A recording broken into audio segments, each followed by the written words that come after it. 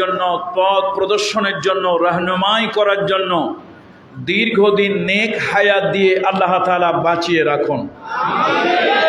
এটা মাহফিলের সিজন নয়, তারপরও বাজারের ব্যবসায়ী বন্ধুরা এবং সাথে আরও একটি সংগঠন আবু হায়দার বিন সালমান, এই সংগঠন এবং বাজারের আমাদের সর্বস্তরের ব্যবসায়ী ভাইদের, ধর্মপ্রাণ মুসল্লিদের স্বতঃস্ফূর্ততে আজকেরই উদ্যোগ, আজকেরই আয়োজন।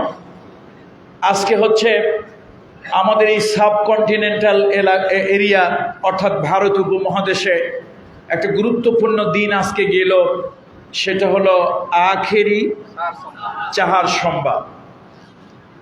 আমার মূলত গতকালকে আসার কথা ছিল, কিন্তু হঠাৎ করে বাইতুল মুকাররম জাতীয় মসজিদে সেখানে অ্যানাউন্স করা হয়েছে যে আখেরি চাহার সোমবার উপরে আমি কিছু বক্তব্য রাখব। তো যার কারণে যেহেতু জাতীয় মসজিদ, জাতীয় স্বার্থ, সে কারণে আমি ওখানে একটু সময় দিয়ে আপনাদের কাছে এসেছি। আমার মহান মালিক, আমার মহান রব, আমার মহান প্রভু আপনাদের মধ্যে আপনাদের এই সুন্দর চেহারাগুলো, আপনাদের এই মায়াবী চেহারাগুলো, আপনাদের নতুন বাংলাদেশের নতুন বিজয় উপভোগের এই আনন্দে আমাকে আল্লাহ তাআলা শরীক হওয়ার সুযোগ দিয়েছেন। এই জন্য আমি আল্লাহর কাছে শুকরিয়া আদায় করছি। আপনাদের সকলের সুস্বাস্থ্য, নেক হায়াত এবং উজ্জ্বল ভবিষ্যৎ কামনা করছি। আল্লাহ তাআলা কবুল করুন, বলেন আল্লাহুম্মা আমিন। এখন তো মনে হয় যেন একটু প্রাণ ভরে নিঃশ্বাস নিতে পারছি। আল্লাহ, কি বলবো, দুঃখের কথা। আল্লাহ ওই জালিমদেরকে হেদায়েত দান করুন। নিজের ঘরে 5টা লোক নিয়ে বসতে পারি নাই, নাশকতার পরিকল্পনা। কি দেশে আসি রে বাবা। এক জায়গায় দিয়ে যাচ্ছে পুলিশ, 3 ভদ্রলোক ওখানে, একজন হাসে, একজন কাঁদে, একজন হাসেও না কাঁদেও না, চুপচাপ বসে আছে। যাচ্ছে পুলিশ, তাদেরকে গ্রেপ্তার করলো। পাশে এক ভদ্রলোক সাংবাদিক জিজ্ঞেস করলো, স্যার এদেরকে গ্রেপ্তার করলেন কেন? বলল, গুরুতর অভিযোগ তাদের বিরুদ্ধে। কি অভিযোগ? আর কথা কয় না, গুরুতর অভিযোগ, এই জন্য 3টারে আটকাইছে। তো সাংবাদিক বলল, স্যার আমি তো একটু পত্রিকায় রিপোর্ট করব, অভিযোগটা কি এইটা একটু বলেন। তো পুলিশ বলে না। শেষে ওই সাংবাদিক জিজ্ঞেস করছে, এই বেটা তোর কি অভিযোগ বল। স্যার আমার কোনো অভিযোগ নেই, আমি একটু কাঁদছিলাম, মনের একটা কষ্ট, ব্যথা, শেষে কি করবো, একা একা কাঁদতেছি। তো সাংবাদিক বলল, স্যার সে তো বলছে সে কাঁদছে, আর তো কিছু করে নাই। কান্দাটা তো অপরাধ। কি অপরাধ? আরে দেশ ভালো চলতেছে, সরকার ভালো চলতেছে, মানুষ শান্তিতে নির্বিঘ্নে ঘুমাচ্ছে, জিনিসপত্রের দাম মানুষের হাতের নাগালে, ওই বেটা একা কেঁদে কেঁদে বিশ্ববাসীকে বুঝাইতে চায় দেশের পরিস্থিতি ভালো না। এটা একটা অপরাধ। এটা একটা কি? সেই কারণে গ্রেপ্তার করছে। তো পাশেরটারে সাংবাদিক জিজ্ঞেস করলো, এই তুই কি করছিস? কয়, স্যার আমার একটা কথা মনে পড়ছে, তাই একে একে হাসতেছিলাম। কি করতেছিলাম? এখন সাংবাদিক বলল, পুলিশ সাহেব ও তো কাঁদে নাই, ও হাসছে, ওরে গ্রেপ্তার করলেন কেন? গ্রেপ্তার করবো না? দেশের মানুষ দুশ্চিন্তা আছে। কোনো মেয়ে স্কুলে গেলে বাপ দুশ্চিন্তায় থাকে, মাদ্রাসায় গেলে দুশ্চিন্তায় থাকে, ছেলেপেলেরা গেলে দুশ্চিন্তায় থাকে, একটা জ্যান্ত মানুষ রাতের বেলায় ঘরে ঘুমায়, গুম হই না খুন হই, এই নানান দুশ্চিন্তায় থাকে, তার মধ্যে বেটা হাসে। এইটা একটা রীতিমতো মানবতা বিরোধী অপরাধ। এটা একটা অপরাধ না? মানুষ আসে দুশ্চিন্তায়, বেটা তুই হাসিস। শেষে সাংবাদিক বেচারা পড়লো বিপদে। ওই পাশের লোকটারে জিজ্ঞেস করলো, মিয়া তাহলে তুমি কই করছিলা? সে উঠে কয়, স্যার আল্লাহর কসম আমি হাসিও নাই কাঁদিও নাই, আমি চুপচাপ বসেছিলাম। আমি কি করছিলাম? তো এখন সাংবাদিক বেচারা বলল, পুলিশ সাহেব ও বেচারা তো হাসেও নাই কাঁদেও নাই, সে কি করছিল? চুপচাপ বসেছিল, তারে গ্রেপ্তার করলেন কেন? কয় বোঝেন নাই কেন? ও তো চুপচাপ বসে আছে, ভিতরে ভিতরে নাশকতার পরিকল্পনা করতেছে। আপনারা হাসতেছেন, আপনারা হাসতেছেন, হাসার কথা নয়। দেশ যেদিন স্বাধীন হয় আমরা পীর সাহেব খানকায় থাকি, আমরা পীর খানকায় থাকি, মানুষকে দিনের তালিম তালকিন দেই। আমাদের মতো মানুষ দেশ যেদিন স্বাধীন হয়েছে তার আগের রাত্রেও নিজের ঘরে ঘুমাতে পারি নাই। সুতরাং আজকের ওয়াজটা সবার জন্য। যদি এই বাজারে এই এলাকায় কোনো অমুসলিম বন্ধু ভাই বন্ধু থাকেন, আপনাকেও দাওয়াত দিচ্ছি, আমাদের পাশে একটা টুল নিয়ে, একটা চেয়ার নিয়ে, একটা বেঞ্চ নিয়ে বসুন। ধর্ম আমাদের যার যা, কিন্তু দেশটা আমাদের সবার। ধর্ম আমাদের যার যা, কিন্তু দেশটা আমাদের। আমরা সবাই মিলে দেশটাকে সুন্দর করে গড়তে চাই। দল মত নির্বিশেষে কেউ কারো প্রতি আমরা আক্রমণ করব না, কেউ কারো প্রতি আমরা চোখ রাঙানি দেখাবো না। হিন্দু ভাই, নির্বিঘ্নে আপনি আপনার ব্যবসা করবেন, আপনার উপাসনালয় দেবালয় আপনি করবেন। আমার দেশে রোজা এবং পূজা একসাথে হয়েছে। আল্লামা সাইদি সাহেব, মরহুম মুফতি আমিনী সাহেব, শেখুল হাদিস মরহুম আজিজুল হক সাহেব, এরকম বড় আলেম ওলামারা ফতোয়া দিয়েছে, খবরদার হিন্দু ভাইরা সংখ্যায় কম, তারা আমাদের আমানত, এই আমানতের আমরা কোনো খেয়ানত করব না, নষ্ট করব না। কিন্তু আপনাদের উপরে কারা আক্রমণ করে? ওই সকল জালিম দুষ্কৃতিকারী আপনাদের উপরে আক্রমণ করে, যারা বাংলাদেশে বৃষ্টি পড়লে কলকাতায় ছাতি ধরে, দিল্লিতে বৃষ্টি হলে বাংলাদেশে ছাতি ধরে। ওই সকল মতলব্বা জালিমেরা আপনাদের উপাসনালয়, আপনাদের মন্দির, আপনার গির্জা, আপনার প্যাগোডা, আপনার ব্যবসা প্রতিষ্ঠানে ওই জালিমেরা আক্রমণ করেছে।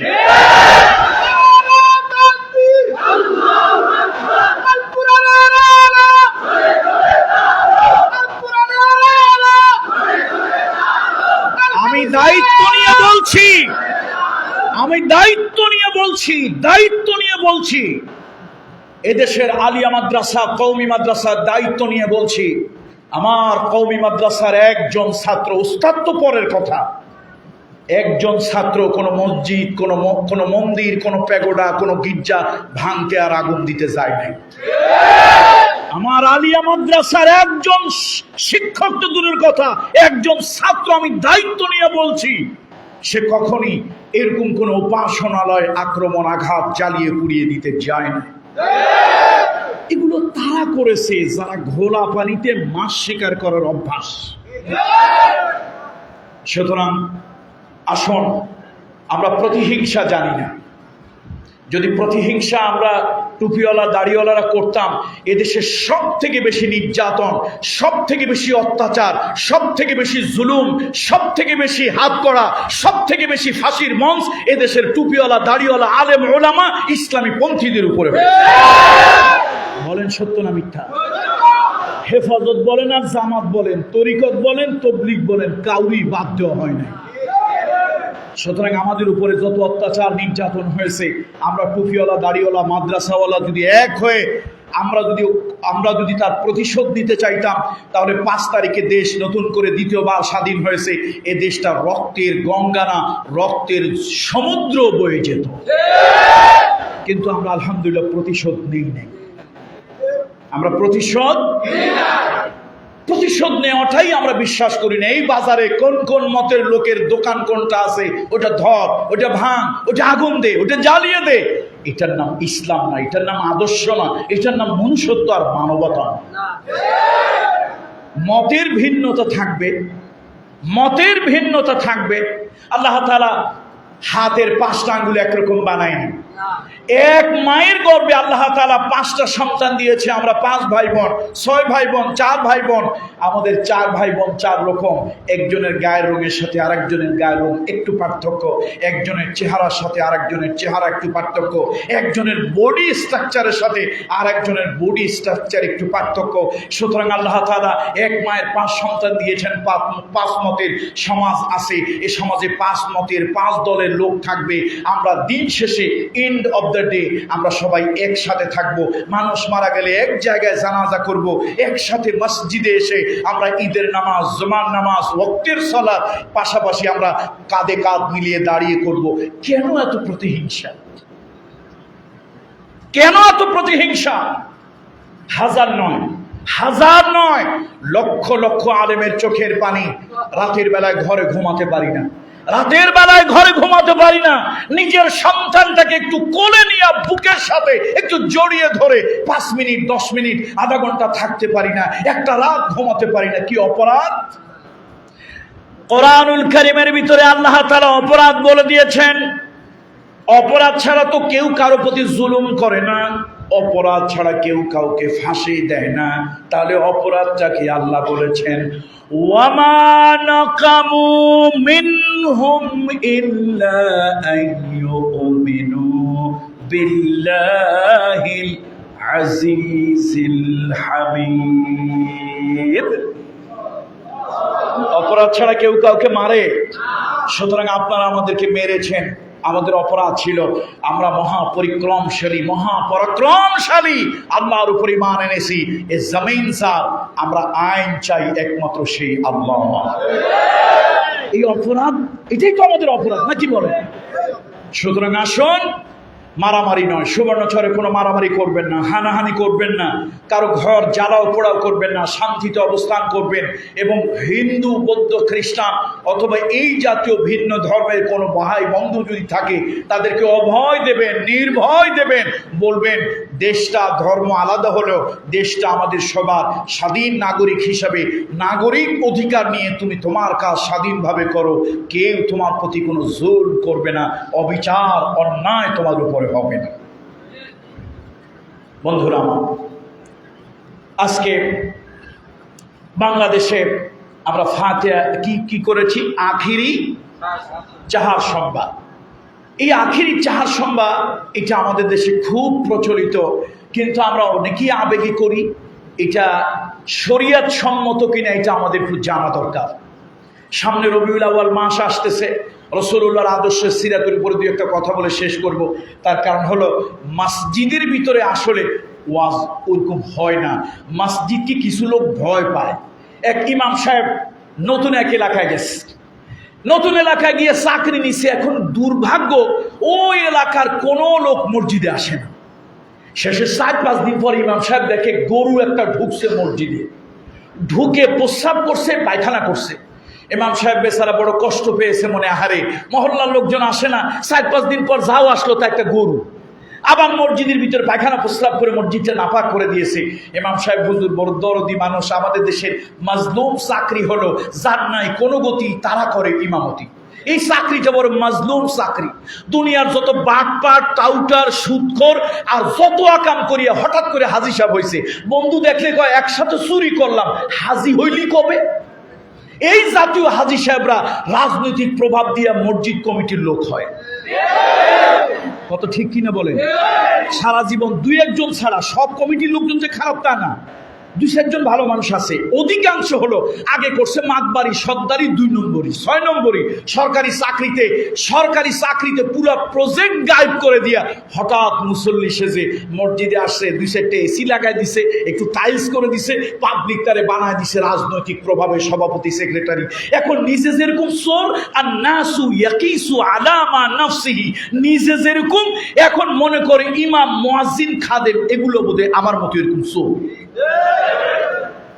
যত সমস্যা সব ইমামদের, যত দোষ কাদের? সব ইমামদের।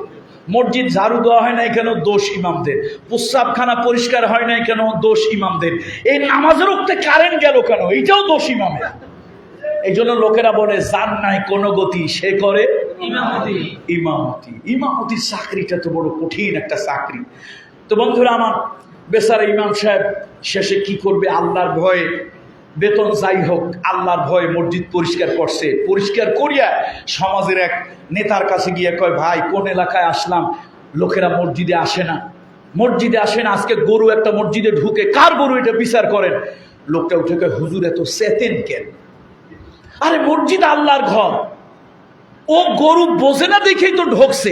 এই যে আমি যে বুঝি হুজুর, আপনি এতদিন ধরে আসছেন, আমার কি জুমার নামাজ ওয়াক্তের নামাজ কোন নামাজে মসজিদে দেখছেন আপনি? হুজুর আমার তো জ্ঞান বুদ্ধি আছে, আমি তো ভয়টা এই জন্য মসজিদে ঢুকি না। গরু অবলা প্রাণী, এই জন্য ওর বুদ্ধি জ্ঞান নাই, ও মসজিদে ঢুকছে। তো মসজিদে মাহফিল হইলে কিছু লোক ভয় পায়, আসতে চায় না। এই জন্য মাহফিলটা বাইরা, যদিও এটা মাহফিলের সিজন নয়, সকালে বৃষ্টি হয়েছে, গতকালকে রাত্রেও বৃষ্টি হয়েছে। আর এখন কোন সিজন নয় বলুন তো? এখন কিসের নয়? মাহফিলের সিজন নয়। এরপরও ব্যবসায়ী ভাইরা এই সুন্দর একটা আয়োজন করেছে। আসুন না আমরা আল্লাহর কাছে ব্যবসায়ী ভাইদের জন্য আমরা একটু দোয়া করি। আল্লাহ বলেন, আল্লাহ ব্যবসায়ী ভাইদের কেনা বেচার মধ্যে বারাকা দান করেন। আল্লাহ যদি বারাকা দান করে, ব্যবসা কম হইল দেখবেন খালি লাভ আর লাভ। আর আল্লাহ যদি বারাকা না দেয়, 6 লাখ টাকা ব্যাংকে অ্যাকাউন্টে জমা করছে 6 দিনের নাই। এরকম হয় না? হয় না? আল্লাহ তাআলা এই বাজারের ব্যবসায়ী, বাংলা বাজারের সর্বস্তরের ব্যবসায়ী ভাইদের ব্যবসার ভিতরে আপনি বারাকা দান করেন। আল্লাহ তাআলা তাদের পরিবার পরিজন, তাদের দোকান, তাদের ব্যবসা প্রতিষ্ঠান আপনি রহমতের চাদর দিয়ে ঘিরে দেন। আল্লাহ আসমানের বালা, আগুনের বালা, পানির বালা, যান্ত্রিক বালা, সকল প্রকারের বালা মুসিবত থেকে বাজারের ব্যবসায়ী ভাইদেরকে হেফাজত করেন। আল্লাহ তাআলা হযরত ইয়াকুব আলাইহিস সালাম তার সন্তান বিনয়ামীনের জন্য একটা দোয়া করেছিল। দোয়াটা ছোট কিন্তু কারেন্টের থেকে বেশি কাজ করে। দোয়াটা ছোট কিন্তু কারেন্টের থেকেও বেশি কাজ করে। এই দোয়াটা আমরা এই বাজারের ব্যবসায়ীদের জন্য করছি। আমার সাথে আপনারা সকলে পড়েন, আল্লাহু খায়রুন হাফিজাও ওয়া হুয়া আরহামুর রাহিমিন। পড়েন সবাই, আল্লাহু খায়রুন হাফিজাও ওয়া হুয়া আরহামুর রাহিমিন। সূরা ইউসুফ 12 নম্বর সূরা, এই আয়াতটা হযরত ইয়াকুব আলাইহিস সালাম তার সন্তান বিনয়ামীনের জন্য এই দোয়াটা করেছিল। এই দোয়াটা আমার পরীক্ষিত। আমি প্লেন অ্যাক্সিডেন্টের মধ্যে এই দোয়াটা পড়েছি, আল্লাহ হেফাজত করেছেন। গাড়ি অ্যাক্সিডেন্টের ভিতরে এই দোয়াটা পড়েছি, আল্লাহ হেফাজত করেছেন। বিশাল বড় বড় এটা আমার পরীক্ষিত, আমার নিজের পরীক্ষিত যে আল্লাহ তাআলা হেফাজত করেছেন। আমি সেই পরীক্ষিত এবং দামি ওয়েটফুল দোয়াটা এই বাজারের জন্য করলাম। আল্লাহ তাআলা বাজারের ব্যবসায়ী ভাইদেরকে হেফাজত করুন, ব্যবসা প্রতিষ্ঠানকে আল্লাহ তাআলা হেফাজত করুন। তাহলে তারা মাহফিলটা দিয়েছে, সিজন আনসিজন হোক, গরম হোক, কষ্ট হোক, আমরা খুব লম্বা কথা বলবো না। প্রথম বলবো আখিরি চাহার সোমবার। আসলে আখিরি চাহার সোমবার ভারতীয় উপমহাদেশে এই কিছু বেদাতি আমল হয়। এর কারণ কি? আগেকার দিনে কোরআনের এত তফসির ছিল না, হাদিসের এত ব্যাখ্যা ছিল না। আমাদের দেশে মকসুদুল মোমিনী আর 12 চাঁদের ফজিলতের বই ছিল। এই মুরব্বীরা একটু কথা বলেন না, মুরব্বীরা আছেন না পরে এখানে? অল্প বয়স্ক পোলাপান, বাবা ভাইরা তোমরা এটা বুঝবা না, মুরব্বীরা বুঝবে। দেশে বই ছিল, ধর্মের বই ছিল কয়টা? এই 2টা। বেস্টজিওর আসছে তার অনেক পরে, বেস্টজিওর আসছে তাও আবার উর্দুতে ছিল। তা আগে বই ছিল কয়টা? মকসুদুল মোমিনী আর 12 চাঁদের ফজিলত। 12 চাঁদের ফজিলত। এখন এর মধ্যে যত আছে আল হাদিস, আল হাদিস, পরে খুঁজে দেখি সব হলো জাল হাদিস। ভিতরে যা আছে আল হাদিস, আল হাদিস, খুঁজে দেখলাম আসলে তা জাল হাদিস। এখন এই কিতাবগুলো আমাদের দেশে অনেক আমল ছড়িয়েছে। আমাদের দেশের কিছু সাধারণ লোকেরা ধর্মীয় আবেগ প্রবণ হয়ে তারা এই আমলগুলো করেছে। বিভিন্ন সময় শবে বরাতের হালুয়া রুটি এই বই দ্বারা শুরু হয়েছে। এই যে তারপরে ফাতিহা ইয়াজদাহম, এরপরে হলো আখিরি সাহার সোমবার, এরকম অনেক আমল আছে যারা করেছে। আসলে আমাদের এই দেশটা ছিল বৌদ্ধ এবং সনাতন ধর্মাবলম্বীদের। হাজার হাজার বছর এদেশে ইসলামের দাওয়াত এসেছে, কিন্তু এই জাতির লোকেরা তাদের সোহবতে, তাদের সংস্পর্শে থাকার কারণে হিন্দুদের যেরকম 12 মাসে 13 পূজা, আমাদের মুসলমানরা এরকম কোনো কামকাজ তো নাই, ওরা ওইরকম 12 মাসে 13 পূজা 13 ইবাদতে অভ্যস্ত হয়ে পড়েছে। আসলে অনেকটা হাদিস দ্বারা স্বীকৃতই নয়। কথা বুঝছেন না? বুঝেন নাই? তার মধ্যে একটা হলো আজকে আরবি কোন মাস? সফর মাস। সফর মাস আরবি কোন মাস? আজকে হলো বুধবার। আজকে বুধবার গেল না? তো আখেরি সাহার সোমবার, আখেরি এটা হচ্ছে আরবি শব্দ। ফার্সিতে আখেরি বলা হয়েছে, আরবিতে আখের। আর চাহার সোমবার মানে বুধবার। ফার্সিতে সাহার সোমবার মানে কি? বুধবার। তাহলে আখেরি চাহার সোমবার মানে শেষ বুধবার। শেষ বুধবার কি? আল্লাহ নবী ইন্তেকালের আগে শেষ বুধবার আল্লাহ নবী সুস্থ হয়েছিলেন, সেই সুস্থতা দিন সাহাবীরা অনেক আনন্দ উৎসব করেছে, ঈদ পালন করেছে, দান সাদকা করেছে। আমাদের দেশেও কিছু ধর্ম ব্যবসায়ীরা এগুলো মানুষের আবেগ নিয়ে এই নতুন নতুন কিছু বেদাতি আমল তারা শুরু করেছে। সুতরাং আখিরি চাহার সময় এটা হচ্ছে একটা টার্মোলজি। টার্মোলজি বলে পরিভাষা।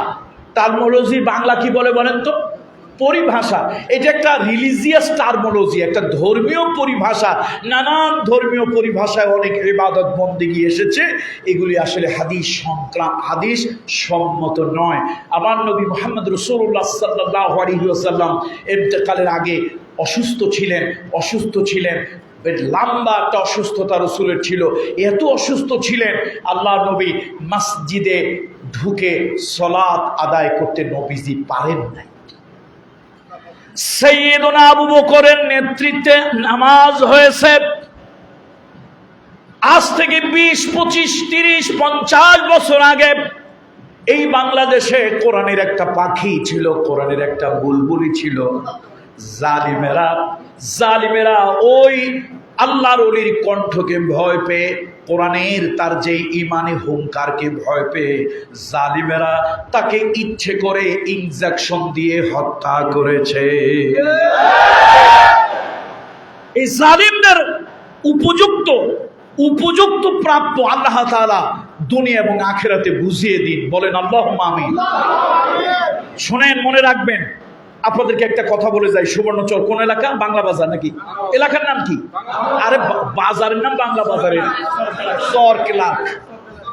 সরক্লাকের ভাইদেরকে একটা অনুরোধ করে যাই, একটা কাজ আপনারা করবেন না প্লিজ।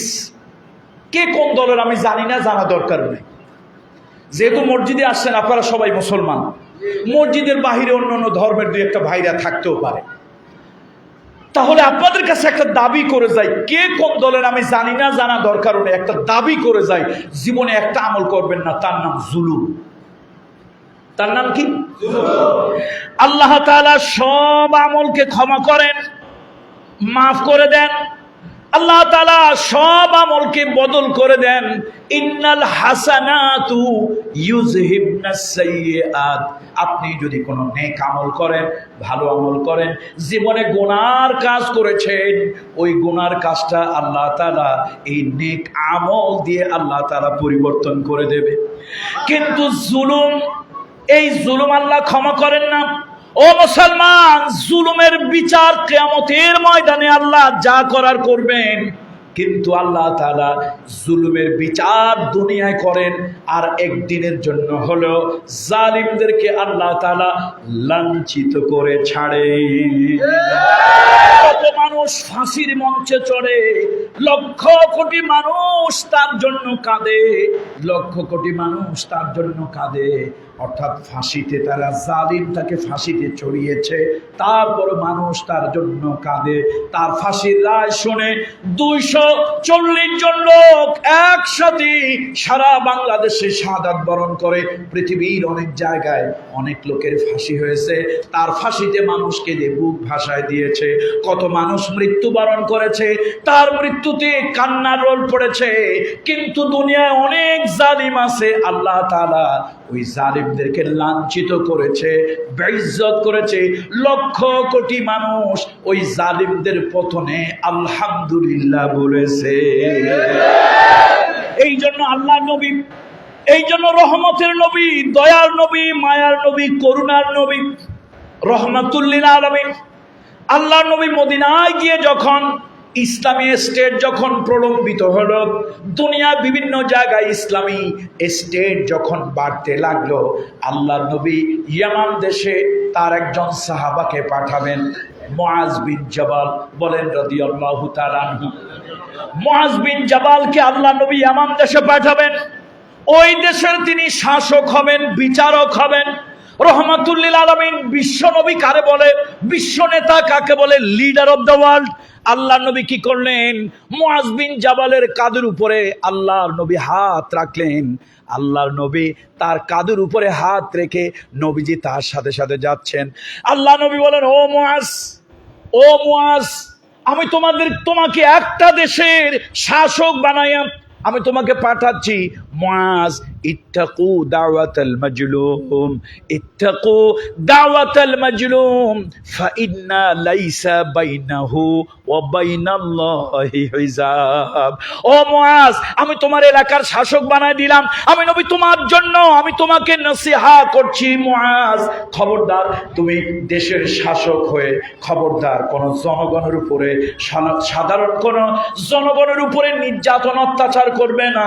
জনগণের উপরে যদি অত্যাচার নির্যাতন করো আর রাতের বেলায় অন্ধকারে জনগণ যদি চোখের পানি ছেড়ে দিয়া যদি বলে আল্লাহ আল্লাহ আল্লাহ, আল্লাহ নবী বলেন, ও মুআজ, এই যে দুঃখে পড়ে জনগণ আল্লাহ বলে একটা ডাক দিয়েছে, ফাইন্না লাইসা বাইনাহু ওয়া বাইনাল্লাহি হিজাব, ওই মজলুমের ডাকে আর আল্লাহর কাছে কোনো পর্দা নাই। আল্লাহু আকবার।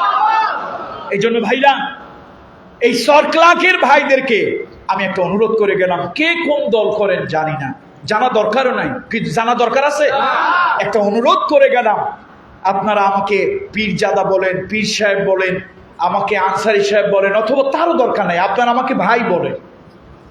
আমি আপনাদের ভাই, কারো সন্তান তুল্য। বলেন যে আমার ভাই একটা অনুরোধ আমাকে করেছে, জুলুম আমরা করব না, জুলুম ঘৃণা করব। আল্লাহ তাআলা কোন আমলের প্রতিদান দুনিয়ায় না দিল, জুলুমের প্রতিদান আখিরাতে কি দিবেন ওইটা পরের কথা। দুনিয়াতে আল্লাহ তাআলা একদিনের জন্য হলো জালিমকে লাঞ্ছিত করবেন, বেইজ্জত করবেন, অসম্মান করবেন, অপমানিত করবেন, এবং জালিমকে আল্লাহ তাআলা জুলুমের কিছুটা হলো বদলা দেবেন। পরকালটা তো রয়েই গেল। পরকালটা বলেন, পরকালটা রয়েই গেল, পরকালটা এখনো শুরুই হয়নি। সুতরাং আসুন আমরা কেউ কখনো, এখনো না তখনও না, অর্থাৎ এখনো না, আগামী 10 বছর 20 বছর পরেও না, ক্ষমতায় কেউ আসবে কেউ যাবে, এটাই দুনিয়ার নিয়ম। ক্ষমতার পালাবদল হবে, এখন যারা থাকবেন আসবেন, তারাও কাউকে নির্যাতন করবেন না। যারা গিয়েছেন তারা নির্যাতনের জন্য চরমভাবে ধিক্কৃত হয়েছেন, লানত প্রাপ্ত হয়েছেন, তারা পালিয়েছেন। পৃথিবীতে 200-500 বছরের ইতিহাস, পৃথিবীতে 200-500 বছরের ইতিহাস, কোনো বাদশাহ, কোনো সরকার, কোনো শাসক 16 বছর 15 বছর 17 বছর শাসন করেছে। পৃথিবীতে অন্তত 1000 বছরের ইতিহাস খুঁজলেও পাওয়া যায় না সেই 15, 16, 17 বছরের একজন শাসক সে করুণভাবে দেশ ছেড়ে পালিয়ে গিয়েছে। এরকম নজির পৃথিবীতে 1000 বছরের মধ্যে পাওয়া মুশকিল। সুতরাং দল আপনাদের যার যা থাক, একটা নিয়ত করে ফেলেন যে আনসারী সাহেব সে নিজেকে আলেম বলে দাবি করে না, নিজেকে আলেম বলে দাবি করে না, কিন্তু সে রাসূলুল্লাহ সাল্লাল্লাহু আলাইহি ওয়াসাল্লামের নগণ্য একটা খাদেম। আমরা তাকে আলেম মনে করি, আমি নিজেকে আলেম দাবি করি না। আপনারা সেটা যদি মনে করেন তাহলে সকলে হৃদয় লিখে নেন। আমরা যাদেরই যখন টাকার ক্ষমতা, দেহের ক্ষমতা, এগুলো যাদের আসবে, আমরা কেউ কারো প্রতি অত্যাচার করব না। নবীজি একদিন তার সাহাবীকে বলছিলেন, তুমি কি জানো দুনিয়ার শ্রেষ্ঠ চরিত্র কারে বলে? তুমি কি জানো দুনিয়ার কোন আমলটা ফেরেশতারা কিয়ামতের ময়দানে মিজানের পাল্লায় যখন দেবে তখন সব থেকে বেশি ভারী হবে? 3টা আমল। তুমি কি জানো যেই 3টা আমল ফেরেশতারা অত্যন্ত স্বতঃস্ফূর্ততার সাথে লেখে? তুমি কি জানো? সাহাবী বলল, ইয়া রাসূলুল্লাহ, আল্লাহ ভালো জানেন, আল্লাহ নবী ভালো জানেন, আমি জানি না। নবী বলেন 3টা কাজ। একটু বলেন তো দয়া করে, মুখ খুলে বলেন, কয়টা কাজ? কঠিন না, সোজা সোজা 3টা কাজ। কয়টা আমল? 3টা আমল। 3টা আমল। একটা হচ্ছে তাসিল মান কতাক, তাসিল মান কতাক, ওয়া তু'তি মান হারামাক, ওয়া তু'ফু আম্মান যালামাক। আল্লাহ নবী বলেছেন, বিশ্ব নবী বলেছেন, রহমতুল লিল আলামিন দয়ার নবী বলেছেন, একজন ন্যায়পরায়ণ শাসক, বিচারক, যিনি দল দেখে ধর্ম দেখে বিচার করেন নাই, এমন একজন ন্যায়পরায়ণ শাসক, রাষ্ট্রনায়ক মুহাম্মদ রাসূলুল্লাহ সাল্লাল্লাহু আলাইহি ওয়াসাল্লাম। আল্লাহ নবী বলেছেন 3টা আমল করো। তাসিল মান কতাক, তোমার সাথে তোমার যে আত্মীয় স্বজন, তোমার সাথে সম্পর্ক ছিন্ন করেছে, তোমার সাথে সম্পর্ক কেটে দিয়েছে, তুমি যদি সম্ভব হয় তার সাথে সম্পর্ক জোড়া লাগাও। আর একদিন বিপদে পড়ে যার কাছে তুমি টাকা চেয়েছিলে, বিপদে পড়ে তোমার সন্তান তারে ডাক্তার দেখাবে, তোমার ঘরের মধ্যে খাবার নাই, চাউল নাই, চুলায় আগুন জ্বলে না, তুমি তোমার আপনজনের কাছে 2 সের চালের জন্য গিয়েছিলে, তোমার স্ত্রীকে ওই সুবর্ণচর ওই চরজব্বার হাসপাতালে মেডিকেলে নেওয়া লাগবে, তুমি তার কাছে 500 টাকা চেয়েছিলে, ওই নাফরমান আপনজন মুখের উপরে না বলেছে, তোমাকে দেয় নাই। আল্লাহ তাআলা আজকে দিন ঘোরায় দিয়েছে। দিন চিরদিন একরকম থাকে না, দিন চিরদিন একরকম যায় না। আল্লাহ আজকে দিন ঘোরায় দিয়েছে। এখন ওই যে নাফরমান একদিন তোমার ঘরে ক্ষুধার যন্ত্রণায় চুলায় আগুন জ্বলে না, তুমি 2 কেজি চালের জন্য গিয়েছিলে, দেয় নাই। 500 টাকা তোমার বাচ্চাটারে হাসপাতালে নিয়ে যাবে, ঔষধ কিনে দেবে, 500 টাকা চেয়েছিলে, দেয় নাই। আজকে ওই নাফরমান তোমার কাছে এসেছে, তোমার কলিজার মধ্যে দাউ দাউ করে আগুন জ্বলে উঠলো। আমার রহমতের নবী বলেছেন, ও আমার উম্মত, ওই দিনের কথা ভুলে যাও, ওই দিনের কথা ভুলে যাও। আজকে পারলে খালি হাতে ফিরাইও না, তারে কিছু দিয়ে দাও। তাসিল মান কাতাক, তোমার সাথে যে সম্পর্ক ছিন্ন করেছে, পারলে তার সাথে কি করো? জোড়া লাগাও। আর তোমার একদিন যে বঞ্চিত করছিল, চিরদিন কি একরকম থাকেনি ভাই? আর একটু জোরে কর না, চিরদিন একরকম থাকেনি। কত লোক হেডম দেখাইছিল, তারা নাকি লিডার আর ক্যাডার, এখন কোথায় আছে? ইন্দুরের গর্তে। এখন কোথায় আছে? কথা কি সত্য না মিথ্যা? ইমাম সাহেবের কি হুমকি, এরকম বলা যাবে না, ওইরকম বলা যাবে না। তো তোর বাপ আর মারে নিয়ে আয়, তারা খুতবা দেখ। ইমামদেরকে শান্তিতে খুতবা পর্যন্ত কিছু জালিমেরা দিতে দেয় না। বন্ধুরা আমার, শিক্ষা নিতে হবে। আপনি যদি আবার জালিম হন, তো ভবিষ্যতে আবার আপনারও তো এরকম পতন হবে, হবে না? এই জন্য খবরদার। নবীজি বলেছেন 3টা জিনিস, তোমার সাথে যে সম্পর্ক ছিন্ন করেছে তার সাথে কি করো, আর তোমাকে যে বঞ্চিত করেছে তারে পারলে কি কিছু দাও। ওয়াতুফু আম্মান যালামাক, ক্ষমতার জোরে তোমাকে 10টা 20টা মামলা দিয়েছিল, গায়বী মামলা, মিথ্যা মামলা, মামলার উপরে মামলা দিয়েছিল, তোমাকে অত্যাচার করেছিল, নির্যাতন করেছিল, রাতের বেলায় পিছন দিক থেকে হ্যান্ডকাপ দিয়েছিল, দিনের বেলায় সামনের দিক দিয়ে হ্যান্ডকাপ দিয়ে বছরের পর বছর তোমাকে রেখেছে। তুমি দেশের একটা শ্রেষ্ঠ আলেম, তোমার পায়ে ডান্ডা বেরি পড়িয়ে তোমাকে জেলে রেখেছে। সেই জুলমের বদলা নেওয়ার সুযোগ আজকে এসেছে। নবীজি বলেছেন না, ওয়াতুফু আম্মান যালামাক, যদি পারো হযরত ইউসুফ আলাইহিস সালাম তার ভাইদেরকে এত অত্যাচার নির্যাতনের পরেও যেরকম ক্ষমা করে দিয়েছিল, যদি পারো তাহলে তুমি ক্ষমা করে দাও। তাহলে তোমার এই 3টা আমল ফেরেশতারা অত্যন্ত দামিভাবে আমল নামায় লিখবে, এবং এই 3টা আমল কিয়ামতের ময়দানে সব থেকে বেশি ভারী হয়ে যাবে। তাহলে জুলুমের বদলা আপনারা জুলুম করবেন নাকি? মামলার বদলা আপনারা 15-20টা মিথ্যা মামলা দেবেন নাকি? অত্যাচারের বদলে আপনারা অত্যাচার করবেন না? না, মনে কয় এই ঠিক আছে, দেখছেন নি, 1000 কথার একখান কথা, কন্যা মার হাবা, কন্যা মার হাবা।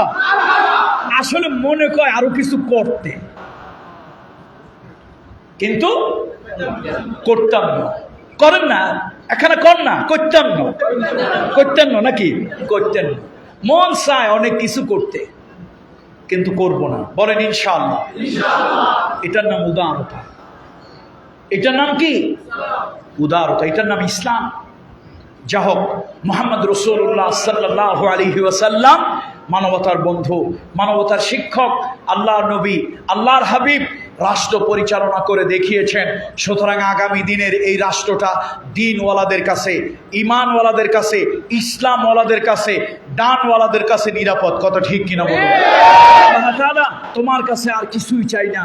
আল্লাহ, আল্লাহ বাড়ির মালিক, গাড়ির মালিক, ধন দৌলতের মালিক, মন্ত্রী, এমপি, মিনিস্টার হওয়ার জন্য নয়, তোমার কাছে শুধু দেখতে চাই কালেমার পতাকাটা পথ পথ করে উঠছে, তোমার জমিনে তোমার দিন হুকুমত কায়েম হয়েছে।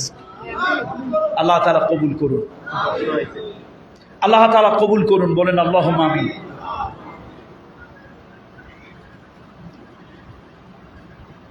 সম্মানিত উপস্থিতি, তাহলে আজকে আমরা খুব লম্বা কথা বলবো না। সামনে রবিউল আউয়াল মাস আসছে। এই রবিউল আউয়াল মাস রাসূলুল্লাহ সাল্লাল্লাহু আলাইহি ওয়াসাল্লাম হচ্ছে রহমতের নবী। কোন নবী? আল্লাহ তাআলা বলেছেন, ওয়ামা আরসালনাকা ইল্লা রাহমাতাল লিল আলামিন। আমার ভাইদেরকে বলি, আওয়ামী লীগের ভাই, বিএনপির ভাই, জাতীয় পার্টির ভাই, জাসদের ভাই, হেফাজতের ভাই, তরিকতের ভাই, তবলিগের ভাই, জামাতের ভাই, পৃথিবী এখন অশান্তিতে ভরে গিয়েছে। মানুষগুলি পশুর তুলনায় খারাপ হয়ে গিয়েছে, মানুষগুলি হিংস্র জানোয়ার হয়ে গিয়েছে। এই অশান্ত পৃথিবী যদি ভালো বানাতে চায়, এই অশান্ত পৃথিবীতে আবার যদি শান্তি আনয়ন করতে চায়, তাহলে একটি মাত্র রাস্তা, আমার নবী রহমতের নবী, আমার নবী দয়ার নবী, আমার নবী মানবতার নবী, আমার নবী মনুষ্যত্বের নবী, যিনি নবুয়ত পাওয়ার পর, রাষ্ট্রের দায়িত্ব পাওয়ার পরেও আমার নবীর আদালতে মামলা এসেছিল। একজন ইহুদি, একজন মুসলমান, বাদী আর বিবাদী, একজন মুসলমান, একজন অমুসলিম। ও দুনিয়ার মানুষ, ভালো করে শোনো, মুহাম্মদ রাসূলুল্লাহ একদিকে তিনি নবী, আর একদিকে তিনি রাষ্ট্রের প্রধান। তার আদালতে মামলা এলো। নবীজি দল দেখে বিচার করেন নাই, ধর্ম দেখে বিচার করেন নাই। আল্লাহ নবী মুসলমানদের পক্ষে কোনো সিম্পেথি দেখান নাই। রহমতের নবী ন্যায় বিচার করে, ন্যায় সঙ্গত বিচার করে। আল্লাহর নবীর শাসন আমলে নবীজির আদালতে একজন অমুসলিমের পক্ষে রাসূলুল্লাহ রায় দিয়েছিলেন। কত ঠিক কিনা বলুন? সুতরাং সব দলের ভাইদেরকে বলি, সব ধর্মের ভাইদেরকে বলি, আমার হিন্দু সম্প্রদায়ের ভাই বোনেরা, আমার বৌদ্ধ খ্রিস্টান সম্প্রদায়ের ভাই বোনেরা, আমার মুসলমানের ভিতরে নামধারী মুনাফিক মুসলমানেরা, যারা নামধারী, দাড়িওয়ালা, টুপিওয়ালা, কিন্তু তোমাদের কলবের ভিতরে অন্য নেতা নেত্রীদের মহব্বত, তোমাদেরকে বলি, শোনো, মুহাম্মদ রাসূলুল্লাহ ক্ষমতার মসনদের থেকেও আল্লাহ নবীর দল দেখে, ধর্ম দেখে বিচার করেন নাই, মুসলমান দেখে বিচার করেন নাই। তিনি ন্যায় আর অন্যায় দেখে বিচার করেছেন। সেই রহমতের নবী যদি, তার বিধান যদি তোমার সমাজে আবার কায়েম হতে পারে, তাহলে হিন্দু হিন্দুর জায়গায় থাকবে, বৌদ্ধ বৌদ্ধের জায়গায় থাকবে, মুসলমান মুসলমানের জায়গায় থাকবে। দল মত মানুষের ভিন্ন হতে পারে, কিন্তু দল আর মত ভিন্ন হওয়ার কারণে, ধর্ম ভিন্ন হওয়ার কারণে কোনো মানুষ নির্যাতিত হবে। তাহলে আমরা মানুষের আইন চাই না, আল্লাহর আইন চাই। একটা কুকুর কুকুরের আইনে চলে না, বিড়াল বিড়ালের আইনে চলে না, শ্রীগাল শ্রীগালের আইনে চলে না। মানুষ কত নিকৃষ্ট, মানুষ মানুষের আইনে চলে। আল্লাহ লাহুল খালকু ওয়াল আমর, আল্লাহ বলেন সৃষ্টি হলো যার, আইন চলবে তার। আচ্ছা, আল্লাহর আইনে শান্তি না অশান্তি? সবাই বলেন, আল্লাহর আইনে শান্তি না অশান্তি? আল্লাহর আইনে শান্তি আছে, আল্লাহর আইনে স্থিতি আছে, কল্যাণ আছে। সুতরাং আল্লাহর আইন দিয়ে যদি দেশটা চলে, জানি না কখন আমাদের হায়াতে, আমাদের জীবদ্দশায় আমরা দেখতে পারবো কিনা আল্লাহর আইন আমরা দেখতে পারবো কিনা জানি না। তবে সে আইনের প্রত্যাশায় রইলাম, সে আইনের প্রত্যাশায় রইলাম। যদি অন্ধ হয়ে যাই, কল্পনায় আমি স্বপ্ন দেখব, কল্পনায় স্বপ্ন দেখব, আল্লাহর আইন বাস্তবায়ন হচ্ছে। আল্লাহর আইন বাস্তবায়ন করার জন্য পাও দিয়ে যদি হেঁটে যাওয়া লাগে হেঁটে যাব, মিছিল নিয়ে যদি এগিয়ে যাওয়া লাগে যাব। কোন জালিম, কোন বাতিল হাত যদি ভেঙে ফেলে, পাও যদি কেটে ফেলে, হামা গুড়ি দিয়ে অন্ধ চোখ নিয়ে সামনের দিকে এগিয়ে যাব। আল্লাহর জমিন, আল্লাহর আইন চাই।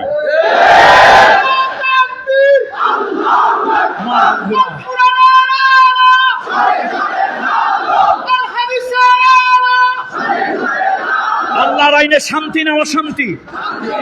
আমার অমুসলিম ভাই বোনদেরকে বলি, এই ভিডিওগুলোর মাধ্যমে যদি কোনো হিন্দু বৌদ্ধ ভাই যদি আমার ভিডিও দেখেন, এই মাইকের আওয়াজের মাধ্যমে কোনো অমুসলিম ভাই বোন যদি আমার কথা আলোচনা শোনেন, আমি আমার সেই অমুসলিম ভাই বোনদেরকে দরদ নিয়ে, ভালোবাসা নিয়ে বলি, ডিমের ভিতরে কুসুম যেরকম নিরাপদ, পানিতে মাছ যেরকম নিরাপদ, মায়ের কোলে শিশু যেরকম নিরাপদ, আল্লাহর আইনের কাছে একজন তাকওয়া পরহেজগারী মুসলমান মুমিন শাসকের কাছে অমুসলিমেরা হলো এর থেকেও বেশি নিরাপদ। তার কারণ অমুসলিমেরা মুসলমানদের কাছে আমানত। আল মুসলিমু মান সালিমান নাস মিন লিসানিহি ওয়া ইয়াদিহি। মুসলমান কারে বলে? নবীজি তা ব্যাখ্যা বলতেছেন, মুসলমান ওই ব্যক্তিকে বলে মান সালিমান নাস। মান সালিমান নাস আরেকটা বর্ণনায় এসেছে, আরেকটা বর্ণনায় একটা মতনের ভিতরে এসেছে মান সালিমাল মুসলিমুন। তাহলে এটা একটা প্রসিদ্ধ মতন, আল মুসলিমু মান সালিমান নাস মিন লিসানিহি ওয়া ইয়াদিহি। মুসলমান কারে বলে? যে মুসলমানের জিহ্বা থেকে, যে মুসলমানের হাতের অনিষ্ট থেকে অন্য মানুষ নিরাপদ থাকে। এখানে কথা বলা হয় নাই অন্য মানুষ কে, সে মানুষের ভিতরে হিন্দু হতে পারে, বৌদ্ধ হতে পারে, খ্রিস্টান হতে পারে, আওয়ামী লীগ হতে পারে, ছাত্রলীগ হতে পারে, যুবলীগ হতে পারে, বিএনপি হতে পারে, হেফাজত হতে পারে, তরিকত হতে পারে, তবলিগ হতে পারে, জামাত হতে পারে, যে কেই হোক, মানুষ মনুষ্য পদবাচ্যে বিবেচিত যার নাম মানুষ, সে একজন মুসলমানের কাছে কি থাকবে? বলেন, একটু আওয়াজ দিয়ে বলেন, কি থাকবে? তাহলে আমরা আল্লাহর বিধান চাই।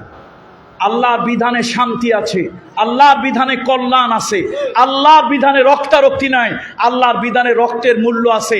দেখেন, আপনারা মানুষের বিধান চান, আপনার সন্তান মারা যায়, ম্যাজিস্ট্রেট কোর্টে মামলা হলো, মামলায় ফাঁসি হলো, তারপরে মামলা চলে গেল কোথায়? জজ কোর্টে।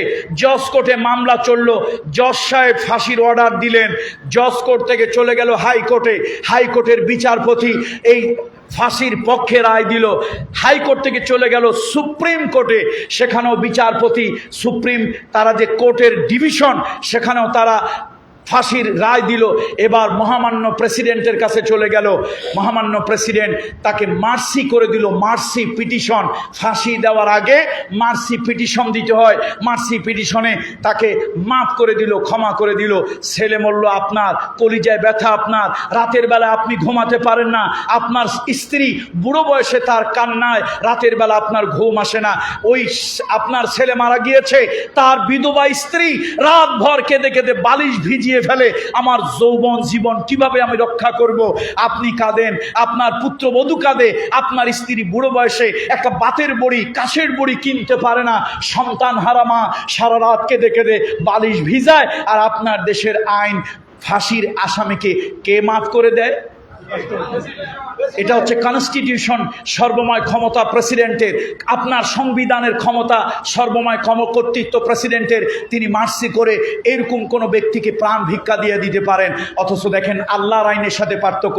আপনাদেরকে এই আল্লাহর আইনটা এই গত 4 তারিখের আগে আমরা বুঝাইতে পারি নাই, বললেই আপনারা আমাদের জিহ্বা কেটে নেওয়ার জন্য প্রস্তুত হইতেন। আল্লাহর আইন আর বান্দার আইনের মধ্যে পার্থক্য দেখেন। আল্লাহর আইনে বলা হয়েছে, এই বুড়া মা যদি মাফ করে, বুড়া বাপ যদি মাফ করে, আল্লাহ কয় যা দুনিয়ার শাস্তি আমিও মাফ করে দিলাম। কে যদি মাফ করে? বুড়া মা বাপ। এ মা বাপ যদি মাফ করে, আল্লাহ কয় আখেরাতের শাস্তি তো এটা রয়ে গেল, কিন্তু দুনিয়ার শাস্তি আমি আল্লাহ কি করলাম? এখন এই বুড়া মা বাপ যে মাফ করছে, তার তো একটা বাচ্চা আছে অথবা যুবতী বউ আছে, এই বউটারে আরেক জায়গা বিয়ে দিতে হবে, এই বাপ মা অন্তত একটু খাবে, তার কি পরিমাণে ক্ষতি হয়েছে নিরূপণ করো, তার দিয়াত রক্ত মূল্য দিয়ে দাও। দেখেন আল্লাহর আইন কি সুন্দর। তাহলে এই বুড়া বুড়ি যদি কিছু টাকা পায়, কোনো মতে সন্তানের শোক তো আর যাবে না, অন্তত মরার আগে একটু মোটা চাইলের কয়টা ভাত আর একটু ডাল দিয়া, একটু শাক দিয়া কোনো মতে খেয়ে তারা মরতে পারলো। আচ্ছা, প্রেসিডেন্ট যদি মাফ করে দিল, অথবা হাইকোর্ট সুপ্রিম কোর্টের রায় অনুযায়ী এই আসামিরে 50 বারও যদি ফাঁসি হয়, ওই বুড়া বাপ মার কি উপকার হইল বলেন তো? একটু কথা বলছেন না বোঝেন নাই? আপনার হত্যাকারীর 50 বার ফাঁসি হইল, আপনার বাপ মার কি কোনো লাভ হইল? হইল? হয় নাই। এইটাই হলো আল্লাহর আইন আর বান্দার আইনের পার্থক্য। আল্লাহর আইনে এই বাপ মার কি পরিমাণে ক্ষতি হয়েছে, এতিম সন্তানের কি পরিমাণ ক্ষতি হয়েছে, সেটার মূল্য নির্ধারণ করো, ওই খুনি থেকে ওইটা আদায় করো। খুনির দেওয়ার মতো যদি ইকোনমিক্যাল সলভেন্সি, ইকোনমিক্যাল অ্যাবিলিটি যদি তার না থাকে, রাষ্ট্রের থেকে আদায় করে দেবে। এটা হলো আল্লাহর আইন। আর তার হত্যার পরিবর্তে হত্যা হবে, তবে বুড়া বাপ মা না থাকলে স্ত্রী আর সন্তান মাফ করে দিলে আল্লাহ মাফ করে দেবে। দুনিয়ার শাস্তি আখেরাতেরটা পরে আল্লাহ মাফ করতেও পারে, এরা মাফ করলে আল্লাহ মাফ করে দিতে পারে, কিন্তু দুনিয়ার শাস্তি মাফ। আর আমার দেশের রাষ্ট্রের আইন, আল্লাহ বাপ মার কাছে কোনো ব্যবস্থা রাখে নাই। আমার দেশের রাষ্ট্রের বিধান সব নিয়ে গেছে কার কাছে? কার কাছে? মহামান্য রাষ্ট্রপতির কাছে। এই যে আমরা মানুষের আইন চাই না আল্লাহর আইন চাই, এইটা শুনলেই অনেক মুসলমানের বাচ্চা তার গায়ের মধ্যে ফসকা পড়ে। এরকম কিছু মুসলমানের কুলাঙ্গার বাচ্চা আছে কিনা? আমার তো মনে হয় ওগুলারে মাইজ দি না, ওগুলারে ভালো কোনো আলেমের দরবারে নিয়ে ওদেরকে ল্যাবরেটরি টেস্ট করা দরকার। ওই বীর্যটা কি মুমিনের বীর্য ছিল না কাফের মুনাফিকের বীর্য ছিল? মুসলমানের ঘরে জন্মগ্রহণ করে আলেমের গায়ের উপরে হাত তোলে, ইসলামের আইনের কথা কোরআনের আইনের কথা বললে ও গরম হয়ে যায়, মামলার পরে মামলা দেয়, মসজিদের ইমামকে রক্তাক্ত করে পিটাইয়া থানা থেকে পুলিশ আনে পুলিশের হাতে তুলে দেয়। এগুলার নামে মুসলমানের বাচ্চা হলেও আমার মনে হয় ওদেরকে এই কুলাঙ্গারগুলোর ডিএনএ টেস্ট করা দরকার। ওদের বীর্যের ভিতরে আবু জাহেল, আবু লাহাব, উতবা, সায়েবা, ওয়ালিদ ইবনে মুগিরা, নমরুদ আর ফেরাউনের রক্তের কিছু অংশ আছে। সুতরাং আসেন, আমরা কার আইন চাই? আল্লাহর আইনে লাভ না ক্ষতি? একটা আইন দেখাইছি, অত কিছু তো গরমের মধ্যে বলার সময় নাই। একটা আইন দেখাইছি শুধু মার্ডার কেসের। মার্ডার কেসের আইনটা আপনারা আল্লাহর কসম করে বলেন, আমার তালে তাল দিয়েন না, আল্লাহর কসম করে বলেন আপনাদের কাছে কি মনে হইল, দুনিয়ার আইন ভালো না আল্লাহর আইন ভালো? কি আমার তালে করে বললেন না মনের থেকে বললেন?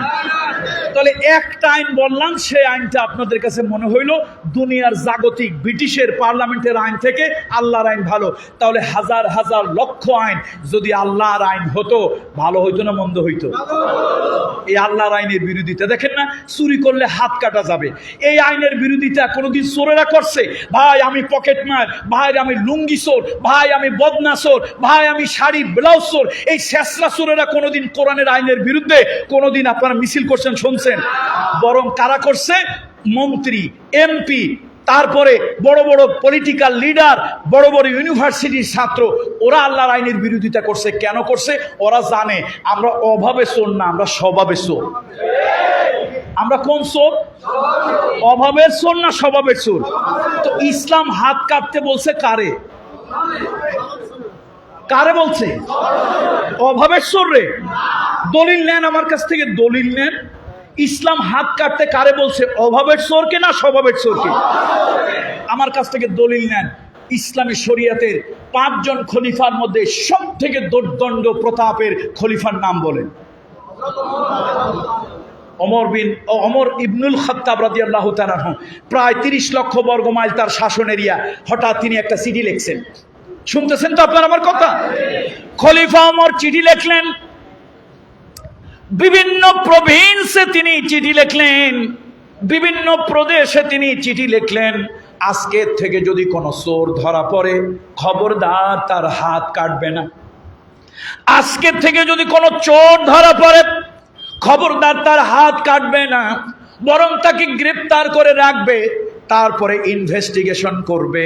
ওই লোকটা যদি অভাবের তাড়নায়, ক্ষুধার তাড়নায়, বাচ্চা কাচ্চার কান্নার যন্ত্রণায় যদি একটু চুরি করে, ওই লোকটার হাত কাটিও না, বরং বাইতুল মাল, রাষ্ট্রীয় ট্রেজারার, রাষ্ট্রীয় কোষাগার থেকে তার ওই ক্ষুধার্ত বাচ্চা কাচ্চার কান্না বন্ধ করার জন্য, তার স্ত্রীর লজ্জাস্থান ঢাকার জন্য বাইতুল মাল থেকে একটু কাপড় আর একটু খাদ্যের ব্যবস্থা করে দিও।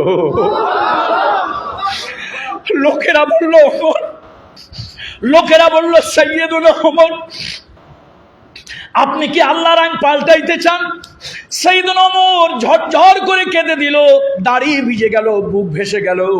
তিনি বললেন, আল্লাহর আইন পরিবর্তন, আল্লাহর আইন পরিবর্তন করার ক্ষমতা পৃথিবীতে কারো নাই।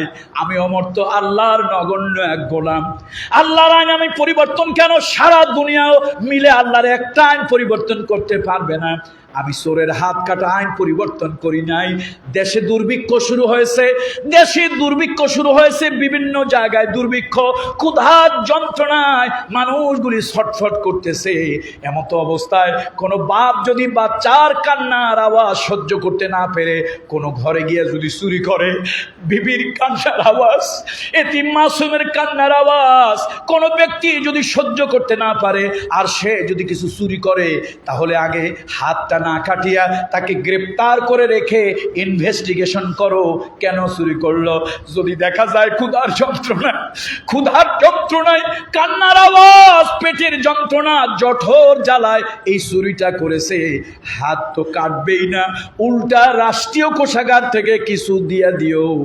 আর যদি দেখা যায় স্বভাবের কারণে চুরি করেছে, তাহলে আল্লাহর বিধান তার হাত কেটে দিও। এবার আপনাদের কাছে প্রশ্ন করি, আল্লাহর কসম দিয়ে মিথ্যা বলবেন না, তালে তালে কথা বলবেন না। আমার দেশে হাজার হাজার কোটি টাকা যারা পাচার করেছে, বেগম পাড়ায় যারা বাড়ি করেছে, জনগণের কোটি কোটি টাকার সম্পদ যারা চুরি করেছে, এই চোরগুলি অভাবের চোর নাকি স্বভাবের চোর? এই জন্য এই চোরগুলি আল্লাহর আইনের বিরোধিতা করে। একটা গরিব মানুষ কোনদিন আল্লাহর আইনের বিরোধিতা, কোন ছেঁচড়া চোর, চাউল চোর, ডাউল চোর, এরকম চোরেরা, বদনা চোর কোনদিন আল্লাহর আইনের বিরোধিতা করে না। ওই গরিব চোরগুলি জানে আমি তো চুরি করি পেটের দায়ে।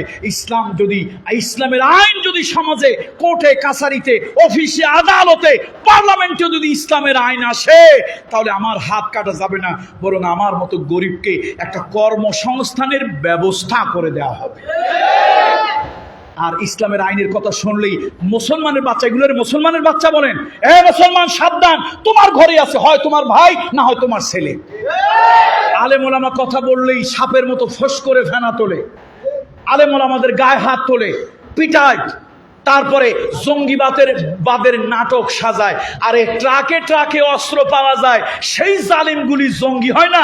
কোরআন আর হাদিসের দুইটা বই টেবিলের উপরে পাওয়া যায়, ওরা নাকি জঙ্গি। সুতরাং বলতেছি, এদেরকে ডিএনএ টেস্ট করা দরকার। তো আমরা কিন্তু ওদেরকে মাফ করে দিলাম, কিন্তু সাবধান হয়ে যাও বাসাদন। কি হয়ে যাও? আর কোন না কি হয়ে যাও? মায়ের উপরে ওষুধ নাই বাসাদন, মায়ের উপরে কি নাই? এবার ছাড়লাম, সামনে কিন্তু ছাড়বো না। এবার ছাড়লাম, সামনে কিন্তু সাবধান হয়ে যাও। জনগণের প্রতি জুলুম করবে না, অত্যাচার করবে না, সাপের মতো ফস করে ফনা তুলবে না। তুমি দেশের নাগরিক, প্রত্যেকটা নাগরিক, ইচ অ্যান্ড এভরিবডি, প্রত্যেকটা নাগরিকের নাগরিক অধিকার আছে। আল্লাহ তাআলা সেগুলো আমাদেরকে বোঝার তৌফিক দান করুন। আমরা রাসূলুল্লাহ সাল্লাল্লাহু আলাইহি ওয়াসাল্লাম অসুস্থতার পরে সুস্থতা লাভ করেছিলেন এই সফর মাসে। সামনে রবিউল আউয়াল মাস, যে মাসে রহমতের নবী এই দুনিয়াতে আগমন করেছিলেন, এই মাসেই দুনিয়া থেকে চলে গিয়েছিলেন। সুতরাং আসুন, আমি কোনো ব্যক্তির দিকে আপনাদেরকে দাওয়াত দিচ্ছি না, নবীর দিকে দাওয়াত দিচ্ছি, ইসলামের দিকে দাওয়াত দিচ্ছি, আল্লাহর দিকে দাওয়াত দিচ্ছি, কোরআনের দিকে দাওয়াত দিচ্ছি, হকের দিকে দাওয়াত দিচ্ছি। আল্লাহ তাআলা আপনাদের সকলকে ঐক্যবদ্ধভাবে দ্বীনের জন্য কাজ করার তৌফিক আল্লাহ তাআলা দান করুন। বর্তমান জাতীয় সঙ্গীত পরিবর্তন নিয়ে আলেমদের মতামত জানতে চাই। দেখুন, আলেমদের মতামত কি জানবেন আপনারা? আলেমরা তো কথা কর আগেই আপনারা ফাঁসি দেন। আমরা তো অনেক আগের থেকে বলে আসছি, রবীন্দ্রনাথ ঠাকুর হিন্দু হওয়ার কারণে তার প্রতি আমাদের কোনো বিদ্বেষ নাই। হিন্দু হওয়ার কারণে তার প্রতি আমাদের কি নাই? তবে রবীন্দ্রনাথ ঠাকুর একজন মুসলিম বিদ্বেষী লোক ছিলেন। কথা কি বুঝছেন না বুঝেন নাই? তিনি হিন্দু ধর্মের লোক হওয়ার কারণে তার প্রতি আমাদের কি নাই? বিদ্বেষ। বোঝেন তো? হিংসা। হিংসা নাই, তার প্রতি আমাদের কি নাই? হিংসা নাই। তবে তিনি আজীবন কাদেরকে হিংসা করেছেন? মুসলমানদেরকে তিনি হিংসা করেছেন। ঢাকা বিশ্ববিদ্যালয় যখন হবে, তখন কলকাতায় 5টা মিটিং হয়েছিল। রবীন্দ্রনাথ ঠাকুর তিনি দাম্ভিকতা প্রদর্শন করে, অহংকার করে বলেছিলেন, আরে মূর্খদের আবার কিসের বিশ্ববিদ্যালয়, কিসের ইউনিভার্সিটি? সেই মূর্খদের দেশে বিশ্ববিদ্যালয় হলো কাদের টাকায়? নবাব পরিবার, তাদের রক্তে ঘামে ঝরা টাকা, তাদের জমি, শত শত একর জমির উপরে সেই বিশ্ববিদ্যালয় হলো। কিন্তু কিছু মুসলমান নামধারী কুলাঙ্গারের বাচ্চা, মুসলমান নামধারী কিছু বেজন্মা, তারা কি করলো? সেই বিশ্ববিদ্যালয় রবীন্দ্রনাথ ঠাকুরের নামে বন্দনা গীত গায়।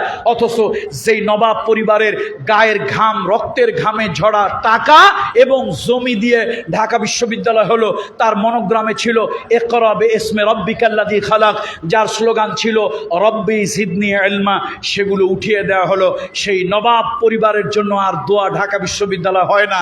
ইতিহাসে তাদের কথা মনে নাই, মনে রাখছে কারে? কথা কয় না। তার কারণ তার মুরিদ বেশি। তো তার কারণ কি? কথা কয় না। তার কারণ কি? মুরিদ বেশি। এই জন্য আমরা জাতীয় সঙ্গীত রবীন্দ্রনাথ ঠাকুরের হওয়ার কারণে বিরোধিতা করি না। এর মধ্যে কিছু ইমান বিধ্বংসী কথা আছে।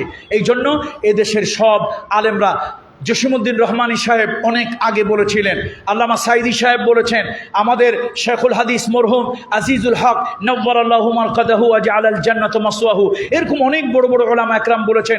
সর্বশেষ মরহুম গোলাম আজম সাহেব রাহিমাহুল্লাহ তাআলা, তার ছেলে নির্যাতিত আর্মি সেনা অফিসার জনাব ব্রিগেডিয়ার আব্দুল্লাহিল আমান আজমি, তিনি বলেছেন এই সঙ্গীতটা পরিবর্তন হওয়া দরকার। পৃথিবীতে অনেক দেশে, বাংলাদেশের কথা বলছি না, পৃথিবীর অনেক বড় বড় নামি নামি দেশেও তারা বিশেষ সিচুয়েশনে, জাতির পরিবর্তনে, জাতির নতুন রিভলিউশনে তারা তাদের জাতীয় সঙ্গীত পরিবর্তন করেছে, এমন দৃষ্টান্ত আছে।